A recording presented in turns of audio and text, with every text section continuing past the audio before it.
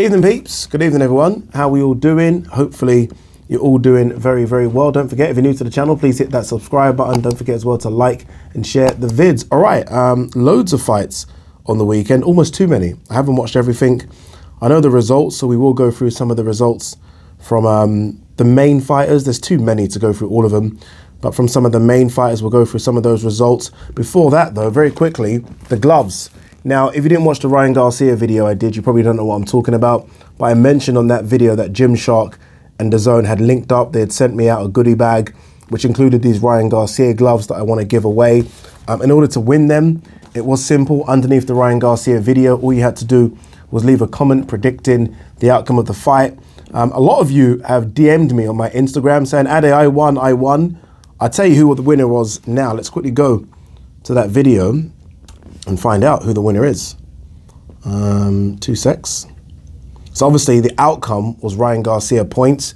It didn't need to be specific, like the exact score. I just wanted Ryan Garcia points, Ryan Garcia knockout, Emmanuel Tagoe points, Emmanuel Tagoe knockout. And if it was a knockout, what round? But it wasn't a knockout. So all I was looking for was Ryan Garcia by points.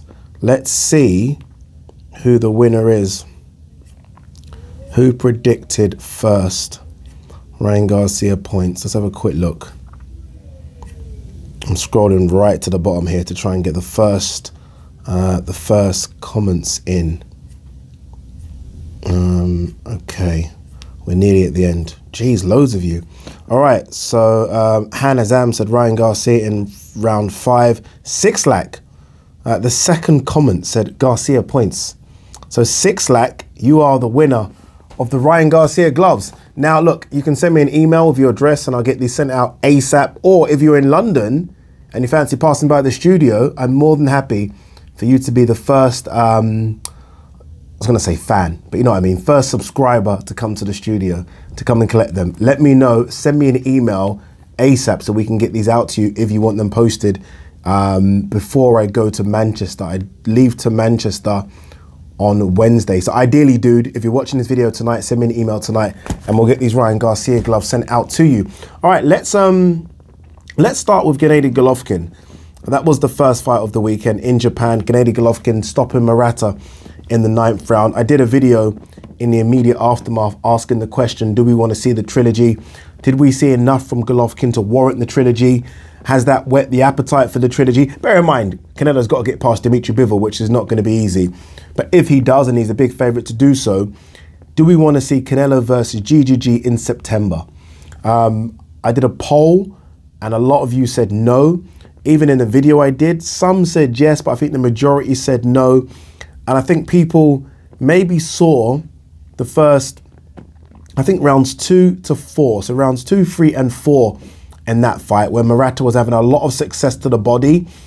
And it did look like we were seeing a GGG that we had maybe not seen before. I know he had problems in the Derevyanchenko fight, but in this fight, he looked very slow. Didn't like that body work at all. And I'm talking from the very first couple of body shots. It wasn't like this was a sustained body attack for Murata, who started to break GGG down in round 9 or 10. GGG didn't like it from the get-go. And that could be, look, that could be age, that could be struggling to make the 160-pound limit. Although he looks really good on the scales, you never know what the weight cut was like. It's very reminiscent of Kovalev. Kovalev, towards the end of his career, hated it to the body as well, absolutely hated it. But Kovalev, we knew from his trainer, was a drinker. So that maybe, you know, that had a part to play with it. I don't know about how Golovkin lives his life, but you'd like to think that Golovkin lives his life the correct way. So look, Golovkin struggled from rounds 2 to 4.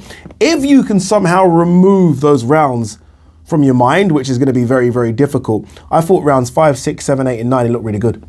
Especially when he landed that big right hand, I think it was in round 6, which knocked the gum shirt out of Murata's mouth. I think he looked really good there. He started landing his punches, started teeing off.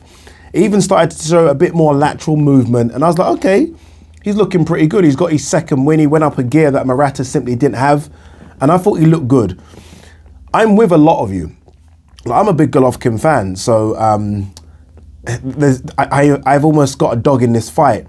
I don't want to see Golovkin get hurt. It's weird when you start to like boxers, you really don't want to see him get hurt. Like, I was watching that Murata fight thinking, oh God, like, stop, I don't like it.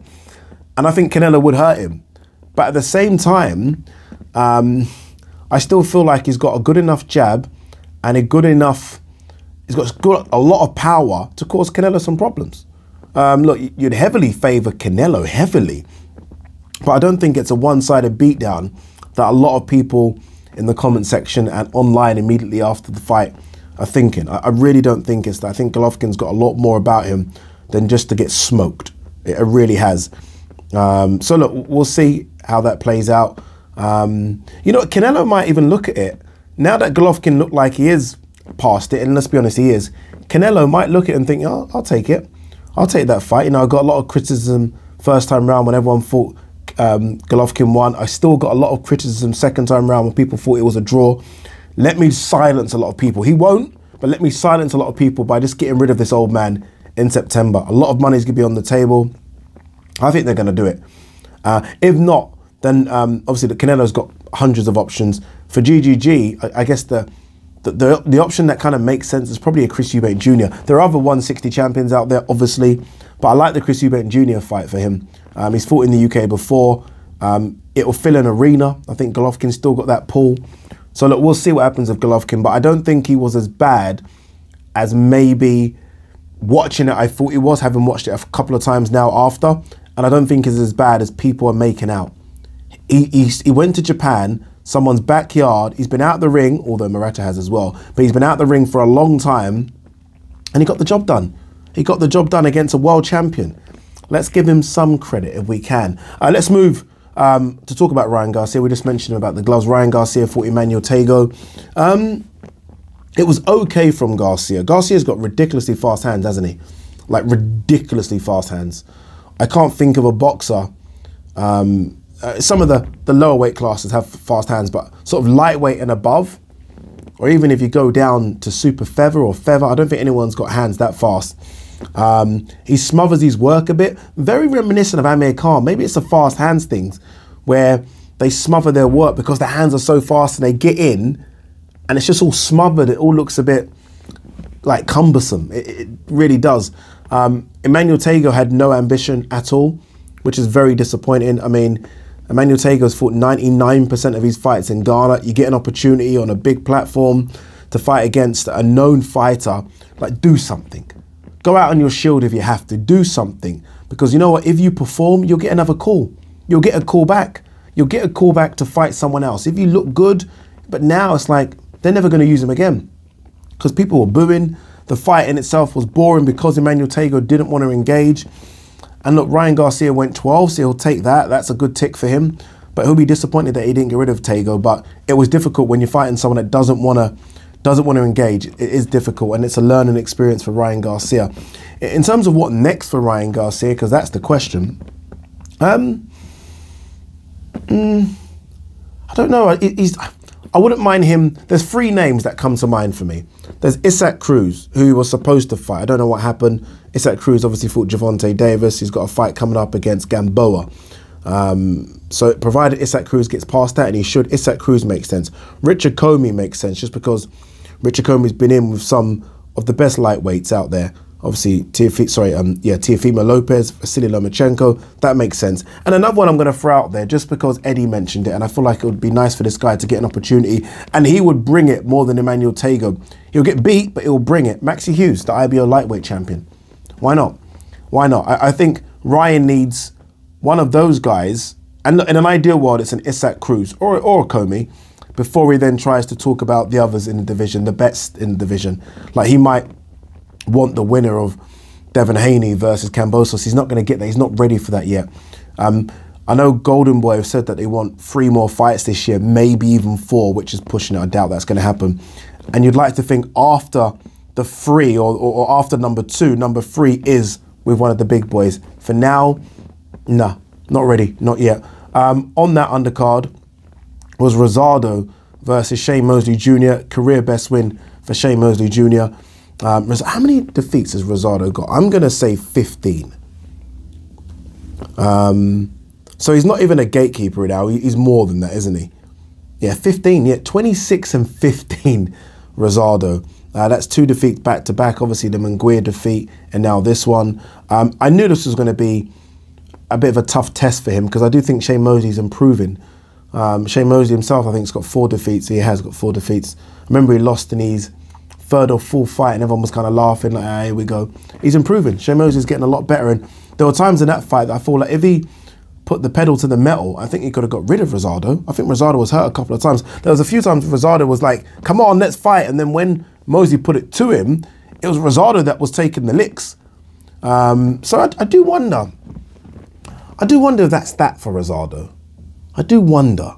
Because no disrespect, like losing to Munguia is not a problem because Munguia is going to go on and be a world champion, already a world champion at 154 pounds, will be a world champion at 160, I think, and maybe even 168. So losing to Munguia by unanimous decision, not a problem. Losing to Mosley, even though it was a majority decision, which wasn't fair, by the way. I don't know how that was a majority decision. He lost convincingly.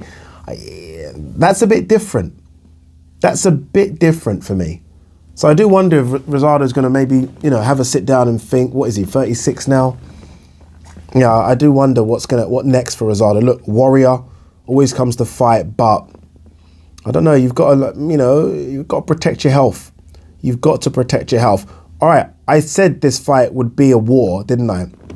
In the end, it was a war, but it was also a one-sided beatdown as well. Erickson Lubin versus Fundora. It's Fundora, isn't it? Now, I don't know if you guys have seen Lubin's face. I'm sure you guys have all seen it. If you're boxing fans, you would have watched the highlights at least. Fuck. That's the kind of fight where you question whether or not someone's going to recover from that. Like Lubin took a beating, and credit to his corner for stopping that. They could have stopped it earlier. Lubin took a beating. And look, you know, he rallied and he shows that heart, right? He rallied and got a knockdown himself in what, the 7th, but man, you wouldn't even knew Fundora had a fight. Like, he's a little silent killer, you know, Fundora. And I mean, good luck to anyone fighting a guy that's 6'5", 6'6", 154 pounds that can clearly crack a bit as well. And can take a punch.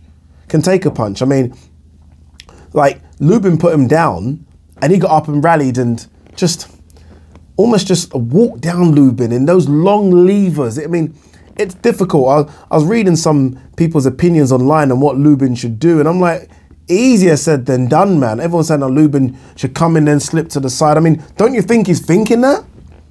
Like, I mean, look, good luck in beating this Fundora kid. He's good. I like him. I like him a lot. I only recently heard of him when he beat Sergio Garcia, who actually had a fight with Tony Harrison. We'll talk about that in a minute. So I didn't know too much about him, but yeah, I mean, he's a problem. He's a problem because Erickson Lubin's been on a bit of a tear since losing to Jamal Charlo, and he dealt with him. I just hope that Lubin's okay and he can recover from that, and you hope it's just bruises as opposed to any permanent damage, because again, it was a beating, people. It really was. Let me have a quick look and see if there was anything else of note on that card. So, again, so many fight cards over the weekend. Let's have a quick look and see if there's anything else. 2 secs, peeps.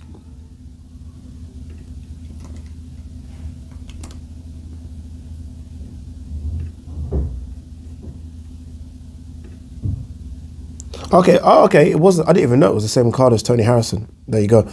Tony Harrison beating Sergio Garcia. I like Tony Harrison. I saw him, I wonder if he's going to be here for the Conor Benn fight, just because he works alongside Alicia Baumgardner. I think his brother trains her, I think. Could be wrong, stand to be corrected, but I think that's the case. He beat Sergio Garcia, good win. So Sergio Garcia's only lost once, and that was to Fundora.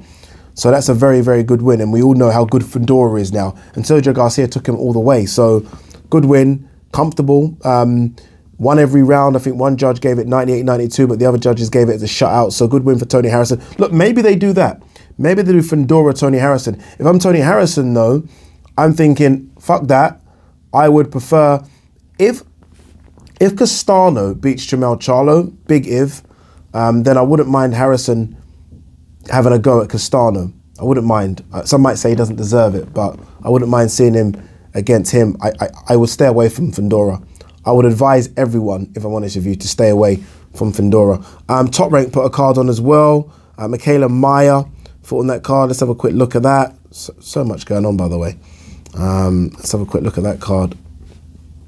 She fought Jennifer Han. Jennifer Han, you might remember, fought Katie Taylor. So it wasn't the best matchup, if I'm honest with you, especially considering that Han wasn't great against Katie Taylor. You know, tried, but wasn't great. To be fair, Michaela Meyer is trying to get the Choi fight, and she's trying to get the Baumgardner fights. She did say after that, if she doesn't get those fights, that she would want to fight the winner of Katie Taylor and Amanda Serrano. I think they're going to do that Katie Taylor and Amanda Serrano fight again. I think it's going to be such a great fight that they do it again, but we'll see. Okay, Giovanni Santalin, unbeaten, beat Giovannos Barraza, stopped him in the 7th. Anything else on there? Like, it's a big card. The Maloney brothers fought on the card. Okay, nothing really. Nothing really. Anything else? Was there anything else happen? Should we go through some stories quickly? All right, let's go for this. Let's go this. Joe Joyce backs Tyson Fury's skill set to topple Dillian White. Closing in, not far gone. What are we now? We're less than 2 weeks away. Less than 2 weeks away. It was Dillian White's birthday today, I think. We'll see. Garcia, Ryan Garcia, this is, no more call-outs. My fans don't want to hear me talk about fights that might not happen. Very true.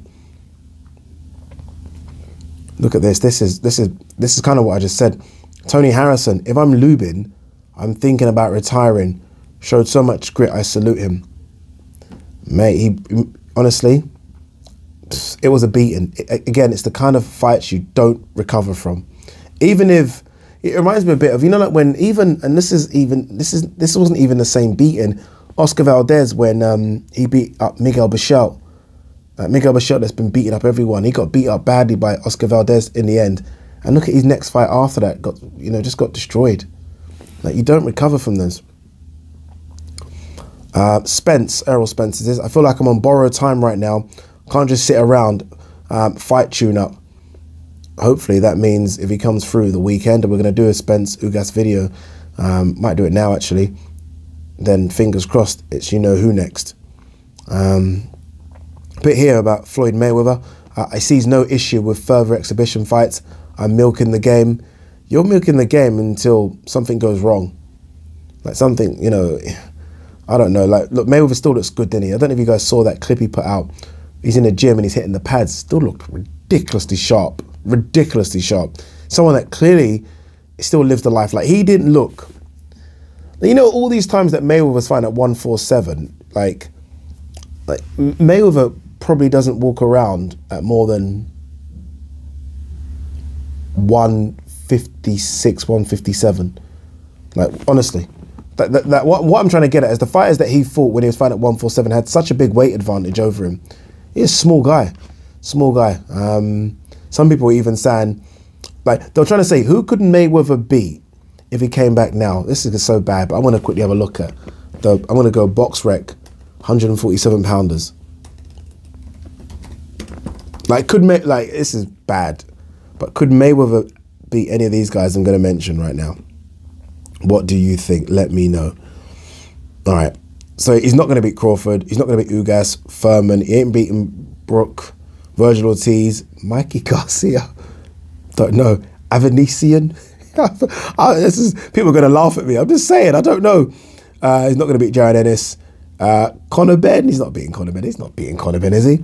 Caviar Alaska. Like, he's not beating these guys, is he? Amir Khan.